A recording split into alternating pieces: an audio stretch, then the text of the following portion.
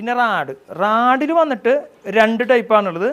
Square റാഡും ഉണ്ട്, round റാഡും ഉണ്ട്. അപ്പോൾ സ്ക്വയർ റാഡ് നമ്മൾ സാധാരണ 6x6, 8x8, 10x10, 12x12, പിന്നെ 15x15, അത് റെഗുലർ ഓർഡർ ഉള്ളതുകൊണ്ടാണ്.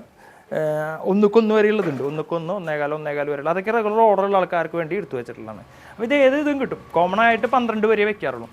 അതുപോലെ റൗണ്ട് റാഡ് 1 മുതൽ 2mm, 3mm, 5mm, 6mm, 8, 10, 12, 40, 60, 20, 25, 32 വരെ ഉണ്ട്. മനസ്സിലായി? അതൊക്കെ എന്ന് പറഞ്ഞു കഴിഞ്ഞാൽ റെഗുലർ അവർക്ക് ഓർഡർ ഉള്ളതിന് അവരുടെ ബേസിൽ എടുത്തു വെച്ചിട്ടുള്ളതാണ്. സാധാരണ ഒരു 12 വരെയൊക്കെ 12, 15 വരെ വെക്കാറുള്ളൂ, 16 വരെ വെക്കാറുള്ളൂ. പക്ഷേ നമുക്കിതൊക്കെ റെഗുലർ ഓർഡർ ഉണ്ട്, കസ്റ്റമേഴ്സുള്ളതുകൊണ്ട് നമ്മൾ അതൊക്കെയും വെച്ചിട്ടുണ്ട്. അപ്പോൾ ഇതും നമുക്ക് ഇതിൻ്റെ ഉള്ളിൽ സപ്ലൈ ചെയ്യാം. അപ്പോൾ ഇതിൽ കൂടുതൽ വല്ല ആവശ്യമുണ്ടെന്ന് വെച്ച് കഴിഞ്ഞാൽ അതിൻ്റെ ഓർഡർ എടുക്കാം. 304 കൂടുതൽ റാഡൊക്കെയും കൂടുതൽ ഇവിടെ മൂവ് ചെയ്യുക, 202 ആയിരിക്കില്ല.